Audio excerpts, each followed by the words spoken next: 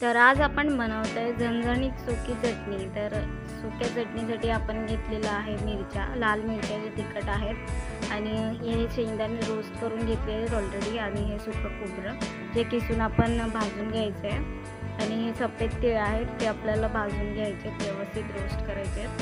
मग हे अशी थोडं थंड करत ठेवायचे आहेत आपल्याला। मिरची, सुका खोबरं, शेंगदाणे सोलून घेतलेले आहेत आणि तीळ,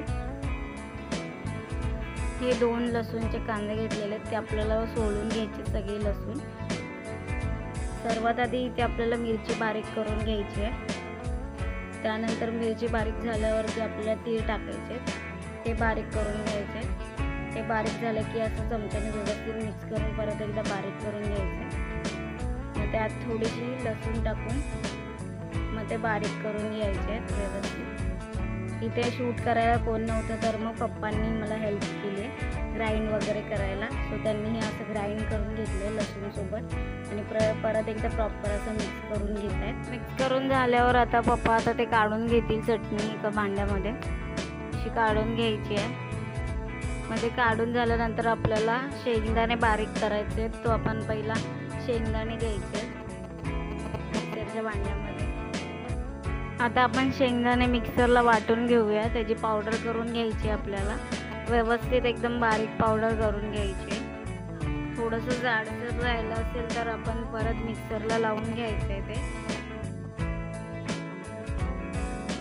सेकंड टाइम आपण टाकलं तर आता मिक्स करून व्यवस्थित चम्मचने मिक्स केल्यानंतर आपल्याला लसूण टाकायचे आणि आपल्याला लसूण थोडीच टाकायची आहे, कारण की जर एकसाथ लसूण टाकले तर ओलसर होईल, म्हणून आपल्याला थोडी लसूण वाटणामध्ये टाकायचे। जसं की शेंगदाण्यासोबत आता वाटून झालेली आहे लसूण, तर शेंगदाणे बघा कसं सुक्या ह्याच्यामध्ये लसूण दिली तर ती बारीक होते व्यवस्थित, एकसाथ घेतली तर ती ओलसर होणार, म्हणून हे आपण सुक्या ह्याच्यामध्ये ती थोडी करून टाकतोय।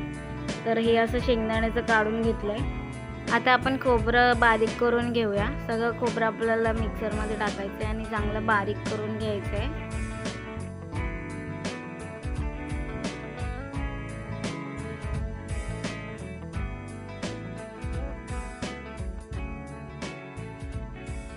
आता आपण इथे खोबरं बारीक करून घेतोय मिक्सरला, हे असं बारीक झालेलं आहे। आपण त्याला मिक्स करतोय परत।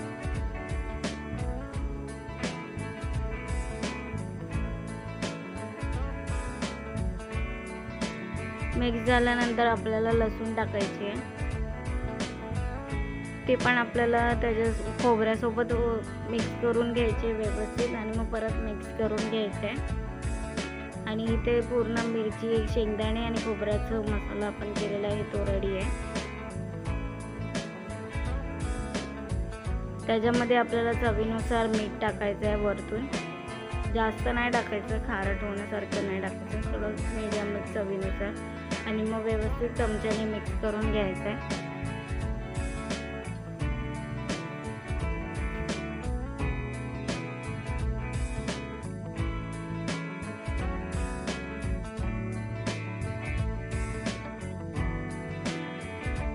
इथे चमच्याने व्यवस्थित मिक्स होत नसेल तर आपण हाताचा उपयोग करायचा आहे, कारण की व्यवस्थित सगळं मिक्स झालं पाहिजे, शेंगदाणे, मिरची, खोबऱ्या वगैरे। तर इथे आपण हाताने मिक्स करतोय। तुम्ही ग्लव्स लावा, कारण की मिरच्या तिखट असतात, तो हाताला जमू शकतात आणि हे लम्स राहिलेले असतात, म्हणजे थोडं घट्ट असे बॉल्स राहिलेले असतात, म्हणून त्यांना सुटसुटीत करायला आपण हे चमचा वापरतोय।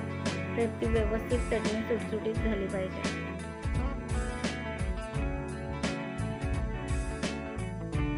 तर आपली इथे रेडी आहे झणझणीत सुकी चटणी। इथे ह्या पप्पांचाच हात आहे, कारण की त्यांनीच पूर्ण वाटून घेतलेलं आहे। तर आपली चटणी रेडी आहे। तर तुम्ही चपातीसोबत किंवा राईससोबत खाऊ शकता। रेसिपी आवडली असेल तर कमेंट करा, लाईक करा, शेअर करा, सबस्क्राईब करा। थँक्यू।